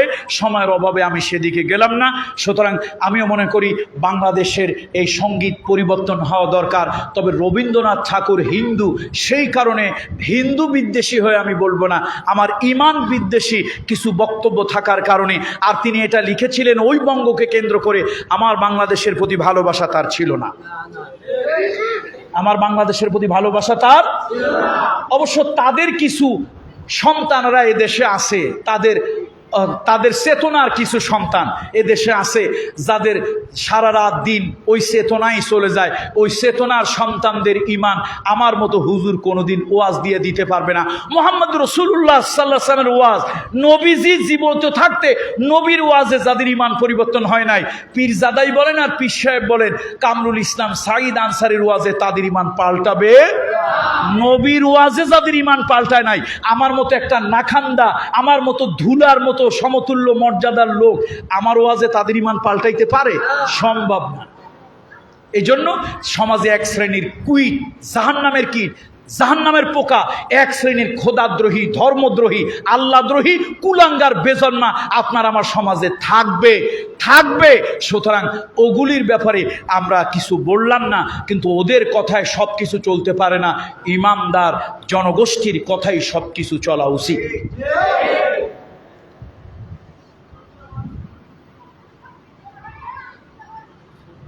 আয়নাঘর নিয়ে কথা বলেছেন। দেখুন, আয়নাঘর এটা একটা জুলুমের জায়গা। বন্দি মুসলিম হোক অমুসলিম হোক, বন্দিরও একটা অধিকার আছে। দেখেন, রাসূলুল্লাহ সাল্লাল্লাহু আলাইহি ওয়াসাল্লাম বদরের যুদ্ধে কিছু বন্দি এলো রাসূলুল্লাহর কাছে, আসে নাই? রাসূলুল্লাহর কাছে কিছু বন্দি এলো। এই আপনারা মুসলমানের বাচ্চা অনেকেই জানেন না, বিশেষ করে রাজনীতি যারা করেন, আপনাদের চরিত্র খারাপ, যে দলেরই হন, বিএনপি হন, আওয়ামী লীগ হন, জাতীয় পার্টি হন, আপনাদের চরিত্র খারাপ। আপনারা কিছু বললেই সাপের মতো ফুস করে ফনা তোলেন। আপনারা অনেক ইতিহাস জানেন না, ধর্মের মধ্যে অনেক বিষয় আছে আপনারা জানেন না, সেটা কি বিএনপি হোক, আওয়ামী লীগ হোক, জাতীয় পার্টি হোক। আপনারা প্রচলিত রাজনীতি যারা করেন, অনেক কথা বললেই আমরা হুজুররা আপনাদের গার মধ্যে জ্বালা ধরে। ইসলামকে শুধু একটা ধর্ম মনে করবেন না। মুহাম্মদ রাসূলুল্লাহ সাল্লাল্লাহু আলাইহি ওয়াসাল্লাম প্রথম নেতা, প্রথম ব্যক্তি, প্রথম শাসক, প্রথম রাষ্ট্র পরিচালক, যিনি শিক্ষার বিনিময়ে বন্দি মুক্তি দিয়েছেন। কথা কি শুনতেছেন না? রাজনৈতিক লোকদের এটা শোনা দরকার না? তারা মনে করে এই আওয়ামী লীগ, বিএনপি, জাতীয় পার্টি, জাসদ, এই দলের লোকেরা মনে করে শুধু ইয়ানাবি সালাম আলাইকা, গরম গরম জিলাফি, আর জুমার দিনে একটু বই দেখে একটা খুতবা দেওয়া, আর হোদায় একটু বাপ মারে 2 টাকা 5 টাকা দান করলে জান্নাতুল ফেরদাউসের দরজায় উঠাই দেওয়া, এইটার নাম ইসলাম। কিন্তু ইসলাম ধর্মের যে অনেক কিছু আছে, এটা আমার রাজনীতি করেন এরকম ভাইরা জানেন না। ভালো করে শুনে রাখেন, আমি ঢাকা বিশ্ববিদ্যালয়ে অল্প কিছুদিনের জন্য আমি রাষ্ট্রবিজ্ঞানের ছাত্র ছিলাম, পলিটিক্যাল সায়েন্সের ছাত্র ছিলাম। সুতরাং না বুঝে আবেগে কথা বলি না। পৃথিবীতে মানবতা বিরোধী অপরাধের বিরুদ্ধে প্রথম আনুষ্ঠানিক কথা বলেছেন মুহাম্মদ রাসূলুল্লাহ সাল্লাল্লাহু আলাইহি ওয়াসাল্লাম। আমরা নেলসন ম্যান্ডেলাকে সালাম করি, স্যালিউট করি। I salute him. Nelson Mandela সাদা আর কালোর বর্ণ বৈষম্য দূর করার জন্য, মানুষের ডিসপ্যারিটি দূর করার জন্য আন্দোলন করেছেন। মুহাম্মদ রাসূলুল্লাহ 1400 বছর আগে রাষ্ট্রীয় ক্ষমতা গ্রহণ করে মদিনায় বর্ণ বৈষম্য আন্দোলন করেছিলেন। আমি সময়ের অভাবে সেদিকে যেতে পারলাম না।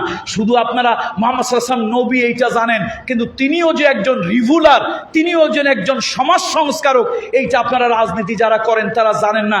এই জন্য আমরা রাষ্ট্রের ব্যাপারে কিছু ধর্মীয় আইনের কথা বললে, বিএনপি হোক আর আওয়ামী লীগ হোক, জাতীয় পার্টি হোক, জাসদ হোক, তাদের নেতারা কেবল ফস করে ফানা তুলতে চায়। তারা ভাবে আমরা সব জায়গায় রাজনীতি ঢুকাই। এই চরিত্রটা তাদের আছে কি নাই? তাহলে আসেন, পৃথিবীতে মানবতা বিরোধী অপরাধ, যুদ্ধ অপরাধের ব্যাপারে প্রথম আনুষ্ঠানিকভাবে কথা কে বলেছেন?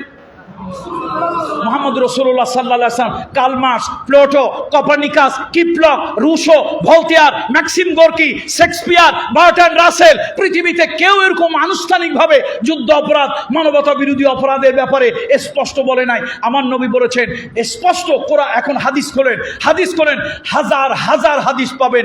রাসূলুল্লাহ বলেছেন যুদ্ধে যদি যাও, শত্রুর এলাকায় গিয়ে কোনো নারীর উপরে আক্রমণ করা যাবে না, শিশুর উপরে আক্রমণ করা যাবে না, শারীরিক প্রতিবন্ধীর উপরে আক্রমণ করা যাবে না। শত্রু পক্ষের ফসলের জমিতে ফসল পেকে গিয়েছে, যেমন ধরেন ধান, যেমন ধরেন গম, যেমন ধরেন ডাউল পেকে গিয়েছে, খবরদার আগুন জ্বালিয়ে সে ফসল ধ্বংস করবে না। গিয়ে যদি দেখো শত্রুর এলাকায় শত্রুকে পরাস্ত করেছো, শত্রুকে পরাস্ত করে তাড়িয়ে দিয়েছো, তার গাছে গাছে ফল ঝুলতেছে, সুন্দর ফলবান বৃক্ষ, খবরদার এই ফলবান বৃক্ষকে নিধন করবে না। কথাগুলো কার? পৃথিবীতে যুদ্ধ অপরাধের ব্যাপারে, মানবতা বিরোধী অপরাধের ব্যাপারে প্রথম কথা কে বললেন?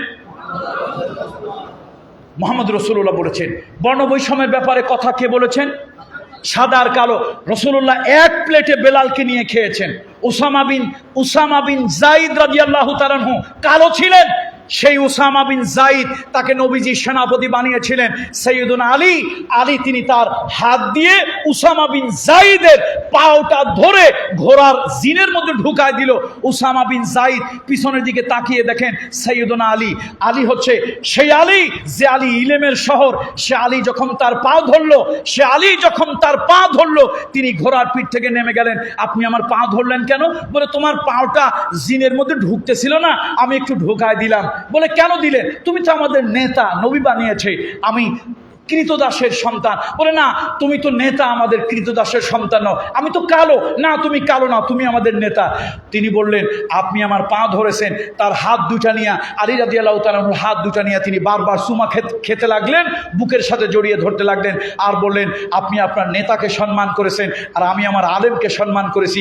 নবীজি বলেছে তোমাদের আলেমদেরকে তোমরা সম্মান করো, আপনি এই উম্মতের একজন বড় আলেম, আমি আপনাকে আলেম হিসেবে সম্মান করতেছি।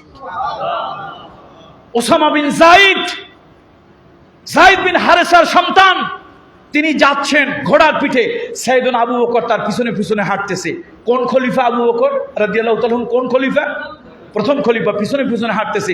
ওসামা ডেকে বলছে আমিরুল মুমিনিন, আমি ঘোড়ার পিঠে আর আপনি নিচে হাঁটেন, আমার তো কলজাটা শুকায় যাচ্ছে, ভয় লাগতেছে, আপনি হাঁটতেছেন আর আমি ঘোড়ার পিঠে। বলছে খবরদার ওসামা, ঘোড়ার পিঠ থেকে নামবে না, তোমার পরিচয় এখন তুমি আমাদের লিডার, তুমি আমাদের নেতা। রাসূলুল্লাহ সাল্লাল্লাহু আলাইহি ওয়াসাল্লাম আমাদের আমিরদেরকে, নেতাদেরকে সম্মান করতে শিখিয়েছেন, এই জন্য তুমি ঘোড়ার পিঠে যাচ্ছ, আমি তোমার সাথে হেঁটে যাচ্ছি। তোমার কাছে আমার একটা আবেদন, আমি তো নতুন রাষ্ট্রের দায়িত্ব নিছি, এখন অনেক ঝামেলা, কালো মেঘ এখনো কাটে নাই, কোন জায়গা দিয়ে কোন ঝামেলা হয়। তো আমার একটা অনুরোধ, তুমি যদি ওমরের মতো, আলীর মতো এরকম 2-4 জন সাহাবীকে আমার কাছে একটু রেখে যাও, তাহলে আমার রাষ্ট্র চালাইতে সুবিধা হয়, বুদ্ধিজ্ঞান নিতে। ওসামা ঝরঝর করে কেঁদে দিয়ে বলল আপনার যার যার দরকার সবাইরে রেখে দেন, আপনি আমার কাছে দরখাস্ত করেন কেন? আবু বকর সিদ্দিক বলল ওসামা, এর নাম ইসলাম, এটা বাপে বানানো রাজনীতি না, মায় বানানো রাজনীতি না, স্বামী বানানো রাজনীতি না, পৈতৃক রাজনৈতিক দল না, এর নাম ইসলাম। আল্লাহ নবী আমাদেরকে শিক্ষা দিয়েছেন, আমাদের সাইয়েদ, আমাদের আমির, আমাদের রাইস, আমাদের নেতাদেরকে আমরা এরকম ইজ্জত করি, সম্মান করি। সুতরাং বন্ধুরা, এই যে mother Teresa, I salute her, mother Teresa মানবতার কাজ করেছেন। মাদার তেরেসা যত মানবতার কাজ করেছেন, আমি তার আদর্শ উদ্বুদ্ধ নয়, এর থেকে বেশি আদর্শ মুহাম্মদ রাসূলুল্লাহ সাল্লাল্লাহু আলাইহি ওয়াসাল্লাম আমার জন্য দিয়েছেন। পৃথিবীতে এই যে বললাম, শিক্ষার বিনিময় বন্দি মুক্তি। কিসের বিনিময় কি মুক্তি বলুন তো? একটু আওয়াজ দিয়ে বলেন, কিসের বিনিময় কি মুক্তি? শিক্ষার বিনিময় বন্দি মুক্তি। পৃথিবীতে প্রথম কে করেছেন? বলেন কে করেছেন? মুহাম্মদ রাসূলুল্লাহ সাল্লাল্লাহু আলাইহি ওয়াসাল্লাম। একজন শিক্ষিত লোক কিন্তু তার টাকা পয়সা নাই, সে মুক্ত হইতে পারতেছে না। মুক্ত নবীজি বললেন, তুমি যদি 10টা ছাত্রকে লিটারেট বানাতে পারো, এই কাফের, এক শিক্ষিত কাফের বন্দী, তুমি যদি আমার মুসলমানের 10টা ছেলেকে আক্ষরিক জ্ঞান, অ্যালফাবেটিক নলেজ, আক্ষরিক জ্ঞান যদি দিতে পারো, আমি বিশ্বনবী মুহাম্মদ রাসূলুল্লাহ মদিনার প্রেসিডেন্ট ঘোষণা করতেছি, আমি তোমাকে মুক্তি দিয়ে দেব। এবং ঠিকই তিনি 10টা ছাত্রকে আক্ষরিক জ্ঞান, অ্যালফাবেটিক নলেজ, আলিফ বা তাসা, এরকম যে আক্ষরিক জ্ঞান আমাদের বাংলায় হলে অ আ ক খ, ইংরেজিতে হলে এ বি সি ডি, এরকম আক্ষরিক জ্ঞান দিয়ে স্বাক্ষর বানিয়ে দিল 10টা ছেলেকে। নবী কি করলেন বলেন, কি করলেন? তাকে মুক্তি দিয়ে দিলেন। তাহলে মুহাম্মদ সাল্লাল্লাহু আলাইহি সাল্লামকে শুধু কি আপনি জিলাপি খাওয়ার নবী বানাইছেন? আপনি কি শুধু মসজিদে পাগড়ি বান্ধার নবী বানাইছেন? আমার নবী তো দুনিয়া চালানো নবী। আর সে কথা বললেই আমার দেশের কিছু পলিটিক্যাল লিডার আছে, বড় বড় লিডারদের থেকে এলাকার পুস্কা নেতাদের বেশি চোট। ওরে বাপরে বাপ, ভাবখানা এরকম ডোনাল্ড ট্রাম্পের সাথে ঘুমায় আর মোদির সাথে নাস্তা করে, শেখ হাসিনার খালেদা জিয়ার সাথে একসাথে ব্রেকফাস্ট, আর একজনের সাথে করে কি ডিনার। এরকম কিছু গ্রামগঞ্জে কিছু পুস্কা নেতা আছে, তাদের ভাব এরকম। পাতি নেতা নাকি? পাতি নেতা। তো এই জন্য জানা দরকার ইসলামকে, জানা দরকার ইসলামকে। আপনি ইসলাম জানুন। এবং অমুসলিম ভাই বোনদেরকেও বলতেছি, এই বাজারে, এই এলাকায় মাইকের আওয়াজের মধ্যে যদি আমার অমুসলিম কোনো ভাই বন্ধু থাকেন, আমি সেই সুরিদ ভাই বন্ধুকে বলছি, শ্রদ্ধা নিয়ে বলছি, সেই বাবা মাকে অনুনয় বিনয় করে বলছি, ইসলাম সম্পর্কে জানুন। ইসলাম শান্তির, শাশ্বত, করুণার, ন্যায়ের, যৌক্তিক, অথেন্টিক। ইসলাম পৃথিবীর মানুষের জন্য অবিস্মরণীয় এক ধর্ম। সুতরাং আল্লাহ তাআলা ইসলামকে নিয়ে আমাদের বাঁচা মরার তৌফিক আল্লাহ তাআলা আমাদেরকে দান করুন, বলুন আল্লাহুম্মা আমিন। কোনো যৌক্তিক দাবি পেশ করা নাজায়েজ না, তবে দেশে বিশৃঙ্খলতার সৃষ্টি উদ্দেশ্যে, অসৎ উদ্দেশ্যে কোনো মানে অযৌক্তিক দাবি দাঁড় করিয়ে শান্তি শৃঙ্খলা বিঘ্ন ঘটানো উচিত নয়। যে কোনো যৌক্তিক দাবি করা, সে দাবির পক্ষে আন্দোলন করা। এমনকি একটা হাদিসে এসেছে, নবীজি বলেছেন যে সেই আন্দোলন করতে গিয়ে, সে দাবি করতে গিয়ে, ডাকাতের হাত থেকে নিজের সম্পদকে রক্ষা করতে গিয়ে, নিজের দেশকে স্বৈরাচারী ডিক্টেটরের হাত থেকে রক্ষা করতে গিয়ে কেউ যদি মারা যায়, নবীজি শহীদ হিসাবে তাদেরকে ঘোষণা করেছেন। শহীদ হবে না, তবে শাহাদাতের দরজা তারা পাবে। শাহাদাতের কি পাবে? দরজা তারা পাবে। আল্লাহ তাআলা আমাদের সকলের প্রতি রহম করুন। আজকের মাহফিলটাকে আল্লাহ তাআলা